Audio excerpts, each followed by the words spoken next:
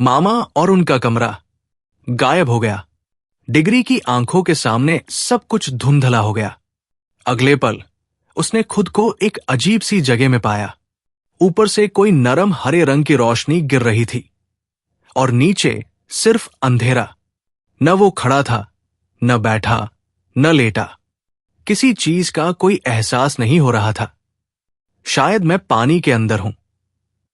डिगरी बुदबुदाया, लेकिन डर के बजाय उसे महसूस हुआ कि वो ऊपर की ओर बढ़ रहा है, तेजी से।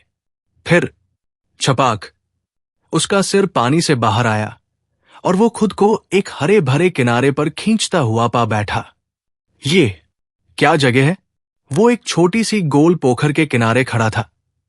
न उसके कपड़े गीले थे, न सांस फूली हुई थी। सब कुछ शांत।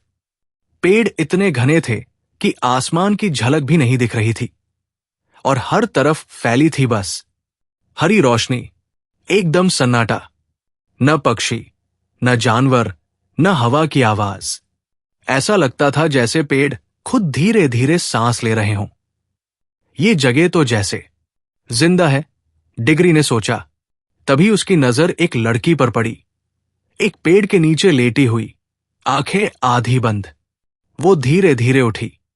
मुझे लगता है मैंने तुम्हें कहीं देखा है, उसने धीरे से कहा। मुझे भी ऐसा ही लग रहा है, डिगरी ने जवाब दिया। धीरे धीरे दोनों को याद आने लगा। गंदा चेहरा, छत के नीचे सुरंग, मामा एंड्रयू। और तभी उन्होंने साथ में चिल्लाया, मिस्टर कैटली, मामा एंड्रयू। सब कुछ याद आ गया। और फिर दिखा वो मोटा सा गिनी पिग, जिसकी कमर में एक पीला छल्ला रिंग बंधा हुआ था। अरे देखो, हमारे पास भी ऐसे रिंग्स हैं, डिगरी चौंका। हम वापस जा सकते हैं? पॉली ने पूछा। शायद हां, डिगरी बोला। लेकिन क्या तुमने सोचा है बाकी तालाबों में क्या हो सकता है? क्या मतलब? पॉली थोड़ी सतर्क हो गई।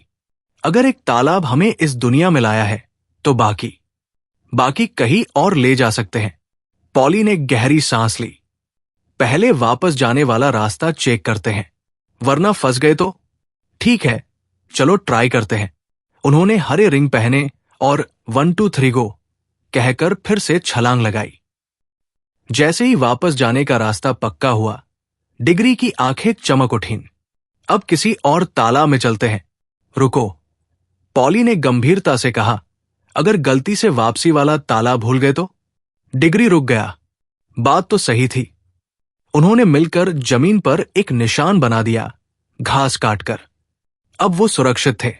अब किसी भी तालाब में चलो, डिगरी बोला। लेकिन जैसे ही उन्होंने पीला रिंग पहनकर नए तालाब में छलांग लगाई, छपाक, फिर वही। क्या ये तालाब भी नकली निकला? धीरे धीरे उन्हें समझ आने लगा। असली जादू रिंग्स के रंगों में नहीं, बल्कि उनके असर में था। पीली रिंग्स उन्हें इस जंगलों के बीच की जगह, यानी वुड बिटवीन द वर्ल्ड्स में खींचती थी। हरी रिंग्स उन्हें किसी नई दुनिया में ले जाती थी। अब सब कुछ साफ था। और अगली छलांग एक नई दुनिया की ओर होगी। इस बार कोई शक नहीं था, जादू वाकई में हो रहा था। नीचे और नीचे गहरे अंधेरे में वे गिरते चले गए। फिर उनके चारों ओर घूमते हुए धुंधले से आकार नजर आए, जो कुछ भी हो सकते थे। शायद सपनों जैसी परछाइयां। धीरे धीरे रोशनी होने लगी और फिर अचानक उन्होंने महसूस किया कि वे किसी ठोस जमीन पर खड़े हैं। क्षण भर बाद सब कुछ साफ दिखाई देने लगा। कितनी अजीब जगह है, डिगरी ने फुसफुसाते हुए कहा। मुझे अच्छा नहीं लग रहा, पॉली ने कांपते स्वर में कहा। सबसे पहले उन्होंने जो देखा वो था अजीब सी रोशनी। न वो सूरज की तरह थी, न बिजली की, नहीं मोमबत्तियों या लालटेन की। वो थी एक मंद सुर्ख सी रोशनी, नर्म, लेकिन बिल्कुल भी सुकून देने वाली नहीं। और सबसे अजीब बात, वो हिल नहीं रही थी, एकदम स्थिर। वे एक समतल पत्थर की जमीन पर खड़े थे और उनके चारों ओर ऊंची ऊंची इमारतें थी। ऊपर कोई छत नहीं थी। वे एक विशाल आंगन में खड़े थे। आसमान का रंग इतना गहरा नीला था कि वो लगभग काला लग रहा था। बहुत अजीब मौसम है यहां, डिग्री ने कहा। क्या हम किसी तूफान से ठीक पहले यहां पहुंचे हैं या कोई ग्रहण चल रहा है? मुझे अच्छा नहीं लग रहा, पॉली ने फिर दोहराया। वे दोनों फुसफुसाकर बात कर रहे थे, बिना जाने क्यों, और हालांकि अब उनके हाथ अलग हो जाने चाहिए थे, मगर उन्होंने एक दूसरे का हाथ कसकर थामे रखा था। आंगन की दीवारें बहुत ऊंची थी, उनमें बहुत सी खिड़कियां थी, कांच रहित, अंधकार से भरी हुई। नीचे की ओर बड़े बड़े स्तंभों वाले मेहराब थे, जो अंधेरे सुरंगों जैसे लग रहे थे। सब कुछ बहुत पुराना, बेजान और ठंडा लग रहा था। क्या लगता है यहां कोई रहता है? डिग्री ने धीरे से पूछा। नहीं, पॉली बोली, ये तो पूरी तरह उजड़ चुका है। जब से आए हैं कोई आवाज तक नहीं सुनी। वे एक पल को खामोश खड़े रहे, बस अपने दिलों की धड़कनें सुनते हुए। यहां की खामोशी वैसी नहीं थी जैसी बीच की दुनिया के जंगलों में थी। वहां की चुप्पी में जीवन था, जैसे पेड़ सांस ले रहे हों। मगर यहां की खामोशी ठंडी थी, बेजान और डरावनी। चलो वापस चलते हैं, पॉली ने कहा। लेकिन हमने अभी कुछ देखा ही कहा है, डिग्री बोला। जब यहां तक आ ही गए हैं तो थोड़ा देख तो लें। मुझे नहीं लगता यहां कुछ दिलचस्प है। अगर हम जादुई अंगूठियां पाकर भी नई दुनिया देखने से डरें तो उसका क्या फायदा? किसने कहा मैं डर रही हूं? पॉली बोली। अब उसका हाथ डिग्री के हाथ से अलग हो गया। मैं तो वही जाऊंगा जहां तुम जाओगी, डिग्री ने शांत स्वर में कहा। उन्होंने अपनी हरी अंगूठियां दाएं जेब में रख दी और पीली अंगूठियां बाएं में, ताकि जैसे ही जरूरत पड़े वापसी हो सके। फिर वे एक बड़े मेहराब की ओर बढ़े जो इमारत के भीतर जा रहा था। अंदर कदम रखते ही उन्हें एहसास हुआ कि यह उतना अंधेरा नहीं था जितना बाहर से लगता था। विशाल हॉल की दीवारों के पार, पत्थर के स्तंभों के बीच से वही मंद सुर्ख रोशनी अंदर आ रही थी। वे धीरे धीरे चले, इस डर से कि कहीं फर्श टूट न जाए या कोई पत्थर से ठोकर न लग जाए। वे एक और आंगन में पहुंचे, इससे भी बड़ा और भी ज्यादा खंडहर।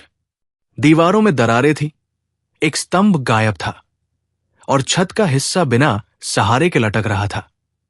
यह सब सैकड़ों, शायद हजारों साल पुराना है, पॉली बोली। अगर अब तक गिरा नहीं है तो शायद थोड़ी देर और टिक जाएगा, डिग्री ने जवाब दिया।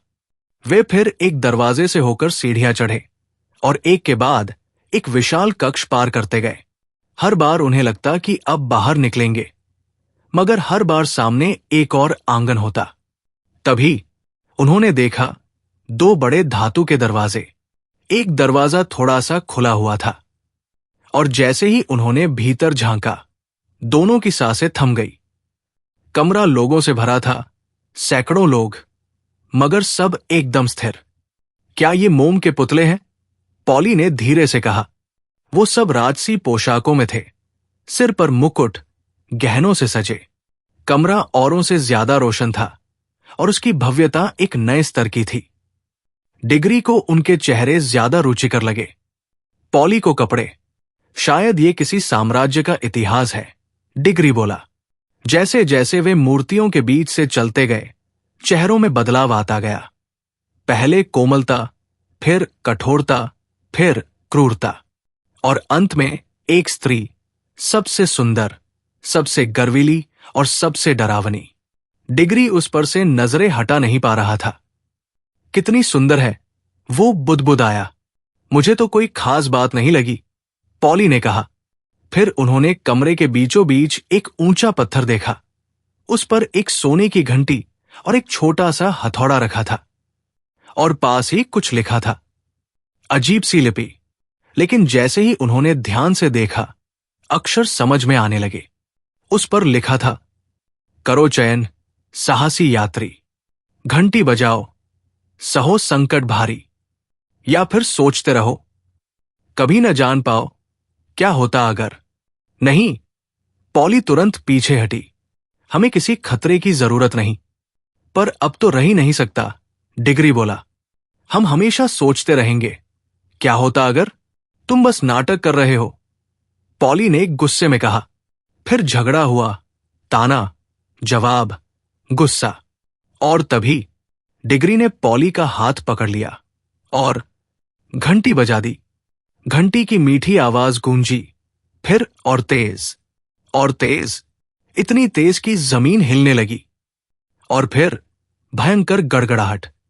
छत का एक हिस्सा गिर पड़ा, धूल छा गई, पत्थर गिरे, घंटी शांत हो गई।